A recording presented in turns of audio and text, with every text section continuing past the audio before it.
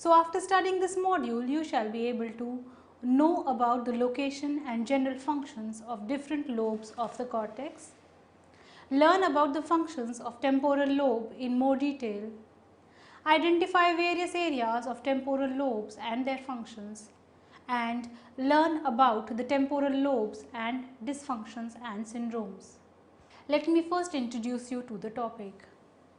The human nervous system comprises a network of cells that help in carrying information from all parts of the body. One of its divisions is the central nervous system. The other, being peripheral nervous system, comprises the brain and the spinal cord. These two components of the nervous system controls the life sustaining functions of the body, thought and other cognitive processes, emotions and behaviors. The human brain is larger than any of other primate. When corrected for body size, it is more than 3 times larger than that of a chimpanzee.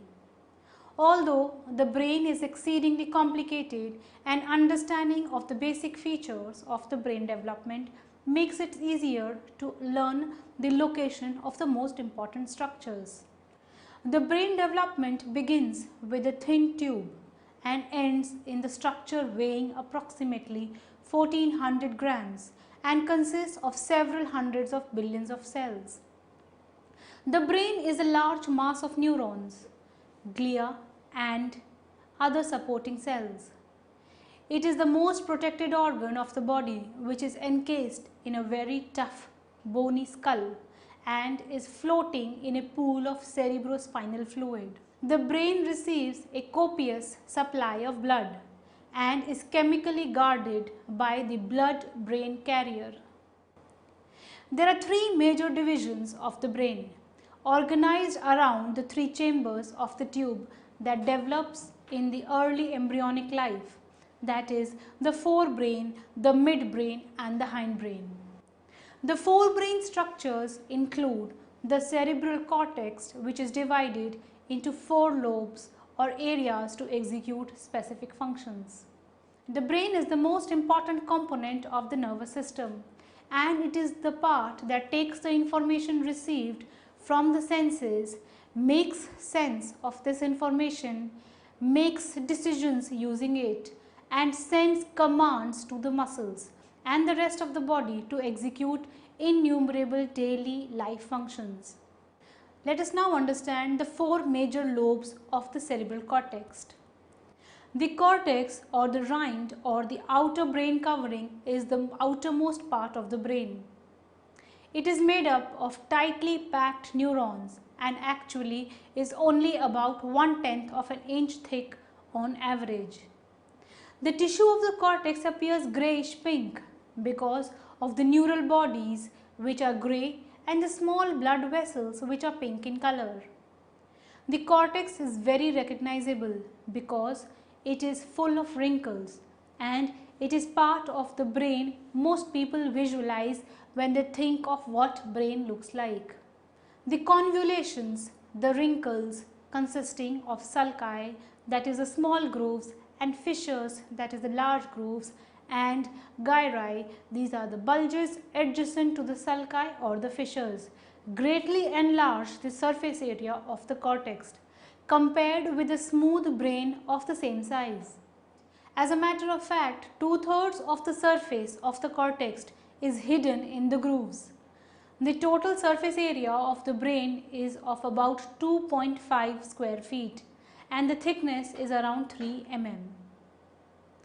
The cortex is wrinkled because it allows a much larger area of cortical cells to exist in the small space inside the skull. Since the brain develops before birth, it serves as a covering of other brain structures. The cortex gets more and more wrinkled as the brain size increases and complexity increases. This increase in wrinkling is called as corticalization and is a real measure of human intelligence. The cortex is divided into 2 sections called cerebral hemispheres, which are connected by a thick tough band of neural bodies called the corpus callosum, that is meaning hard bodies.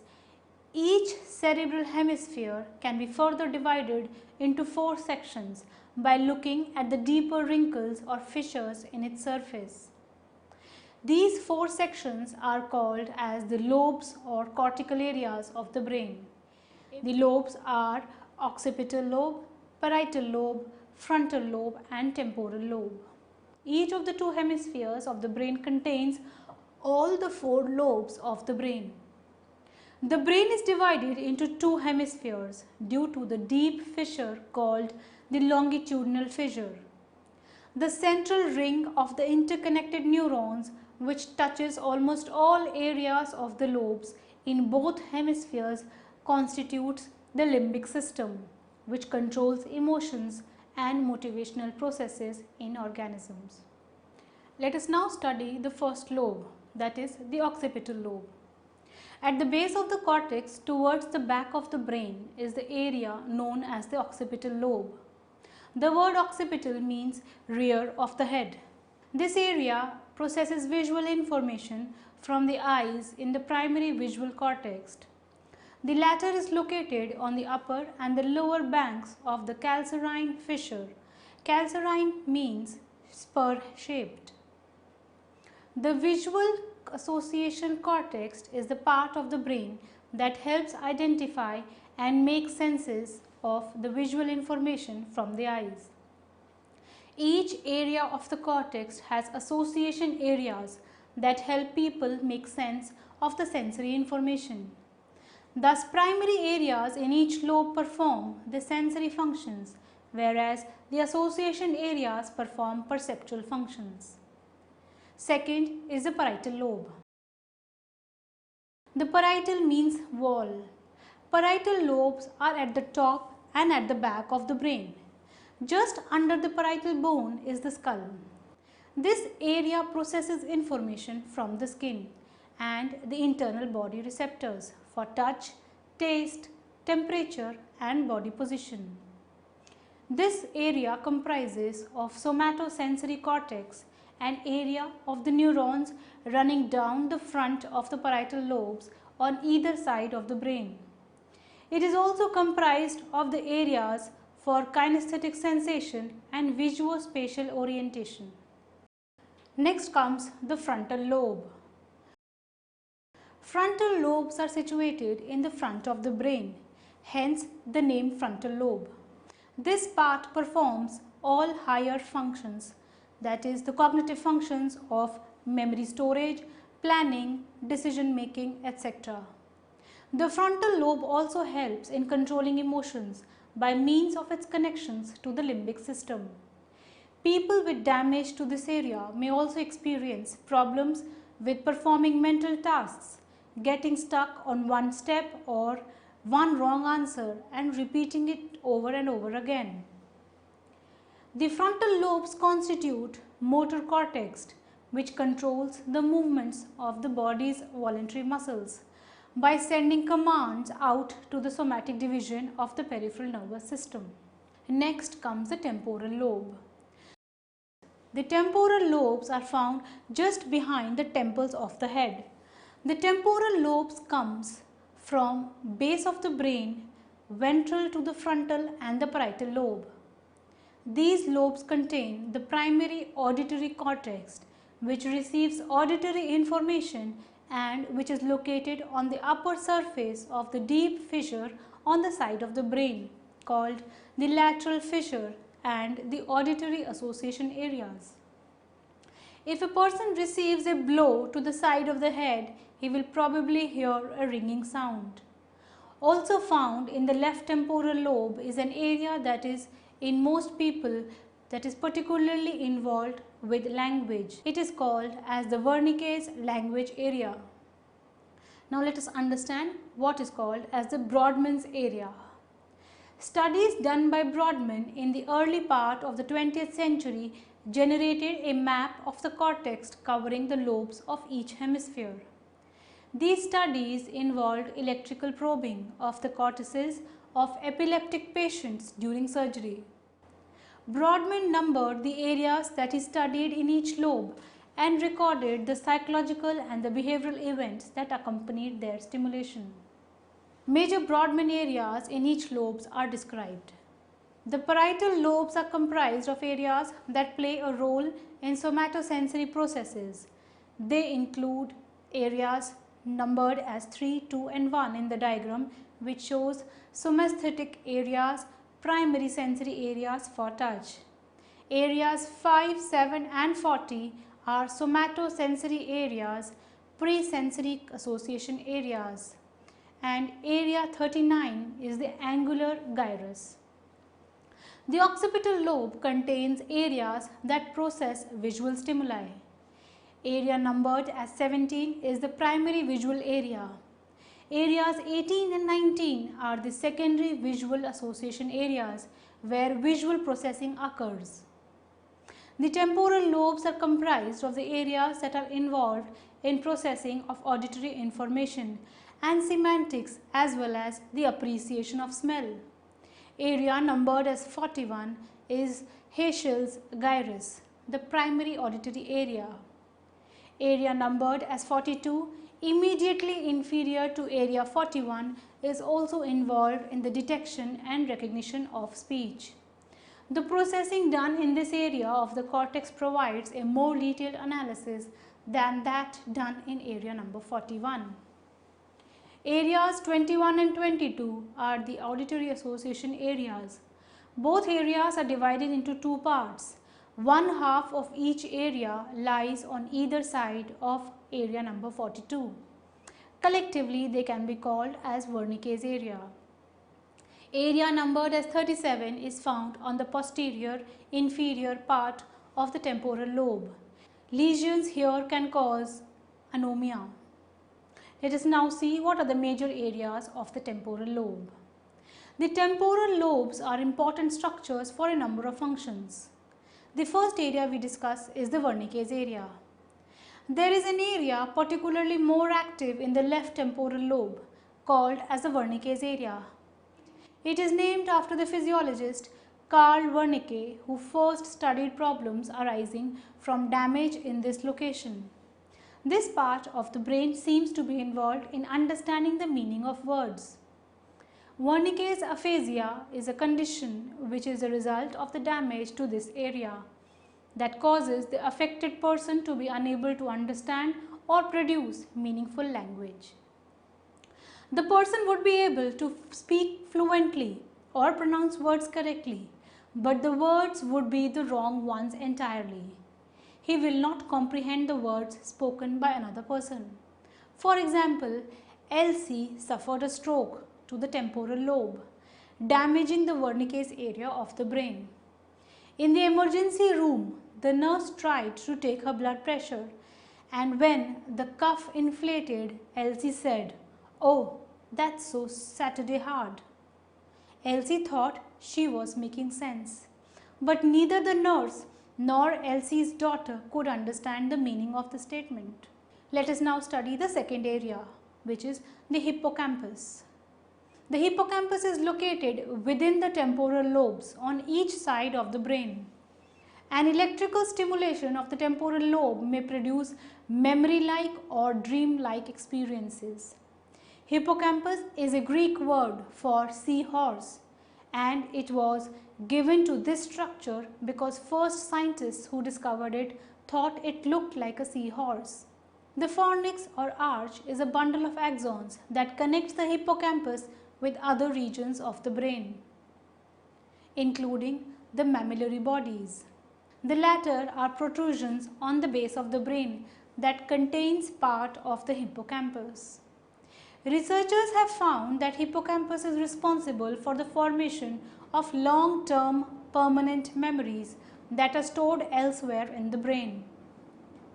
The neurotransmitter acetylcholine is involved in the muscle control and the memory functions of the hippocampus. The hippocampus may be located close to the area where memories for location of objects are stored. It has been found that the right para-hippocampal gyrus located to the right of hippocampus is more active when the person is planning a travel route.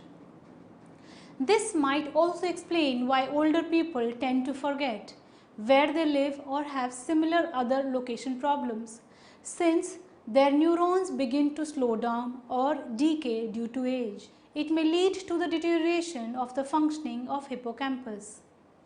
People who have Alzheimer's disease have much lower levels of acetylcholine in this region in comparison to normal people and show severe deficits. Let's now study the third area, which is amygdala. The amygdala, which means almond shape, is an area of the brain located near the hippocampus. Both of these areas seem to be responsible for fear responses and the memory of fear. Researchers have found that monkeys with large amounts of their temporal lobes removed, including amygdala, were found completely unafraid of snakes and humans in such fear-provoking stimuli. This came to be known as the Clover-Bussy syndrome. Rats that have damaged amygdala also show no fear when placed next to a cat. What is interesting in the functioning of amygdala is that the information from the senses reaches amygdala even before it reaches upper parts of the brain, so that people can respond to danger quickly, sometimes even before they are consciously aware of what is happening. Now let us come to the understanding of what are the temporal lobes dysfunction and syndromes. In a nutshell, besides auditory sensation and auditory perception, temporal lobes serve many more functions like those of memory and learning. It receives auditory messages and some visual information and contributes to the understanding of spoken language and rhythm. Moreover, it controls how things are categorized and ordered by an individual. There are many problems associated with malfunctioning of the temporal lobe, like aphasia, short-term memory loss, inability to categorize objects, increased aggressive behavior, etc. The major abnormalities associated with temporal lobes are as follows. First is prosopagnosia. Prosopagnosia is a neurological disorder which is characterized by an individual's ability to recognize faces. Prosopagnosia is thought to be the result of abnormalities, damage or impairment in the right fusiform gyrus, a fold in the brain that appears to coordinate the neural systems that control facial perception and memory. Prosopagnosia can result from stroke, traumatic brain injury or certain neurodegenerative diseases. Next is the Wernicke's aphasia. Wernicke's aphasia is characterized by difficulty in understanding spoken words. People with this abnormality tend to speak fluently, but their speech often becomes random, very hard to follow. Streams of unconsciousness constituting made-up words and is usually associated with lesions to the Wernicke's area, a piece of the cortical tissue at the boundary between the parietal lobe and the temporal lobe. Next comes the disturbance of selection of visual and auditory input. Impairment in selection of auditory input is determined through dichotic listening. Ordinarily, normal subjects report more of the words presented in the right ear. However, left ear advantage is maintained in people with left temporal lobe lesions. In case of visual input, damage to the left temporal lobe results in impairment of the recall of the content in the right visual field. However, damage to the right temporal lobe results in impairment in recall of content from both the fields. Next comes the organization and categorization of information. Patients with temporal lobe abnormality have difficulty in placing words or pictures into discrete categories. Patients with temporal lobe lesions may demonstrate dysphasic symptoms, wherein they can work through broader classifications but have difficulty with the specific categorization process. Next comes memory. In 1950s, research including removal of medial temporal lobes, amygdala and hippocampus demonstrated instances of amnesia for all the events after the surgery, referred to as anterograde amnesia. Also, the damage to the inferior temporal lobe results in the interference of conscious recall of information that may be relevant to the individual. Let us now study the differences caused in the personality. Pincus and Tucker described several symptoms associated with the temporal lobe epilepsy, which were reflected in the personality traits like egocentricity, paranoia, preoccupation with religion, and proneness to aggressive outbursts. A summary of the functions and dysfunction is as follows. The functions are: memory and new learning, controls how things are ordered and categorized, receives auditory messages, some visual perception, understands spoken language and rhythm. The dysfunctions associated with temporal lobe are prosopagnosia, that is difficulty in recognizing faces, Wernicke's aphasia, that is difficulty in understanding spoken words, short-term memory loss, disturbance with selective attention to what we see and hear, difficulty with identification and verbalization about objects, interference with long-term memory loss, and increased or decreased interest in sexual behavior, increased aggressive behavior, inability to categorize objects, and persistent talking, that is right lobe is damaged. Well students, now let us summarize what all we have learnt in this chapter. First of all, that each of the two brain hemispheres can be further divided into 4 areas or lobes due to the deeper wrinkles or fissures in its surface. Temporal lobe contains the primary auditory cortex and auditory association areas. Functionally, temporal lobes are divided into several Brodmann areas. Temporal lobes include important structures like Wernicke's areas, hippocampus and amygdala. Temporal lobes serve many functions like those of memory and learning. The malfunctioning or damage to the temporal lobe cause disorders like prosopagnosia, Wernicke's aphasia, short-term memory loss, inability to categorize and verbalize objects, and increased aggressive behaviors.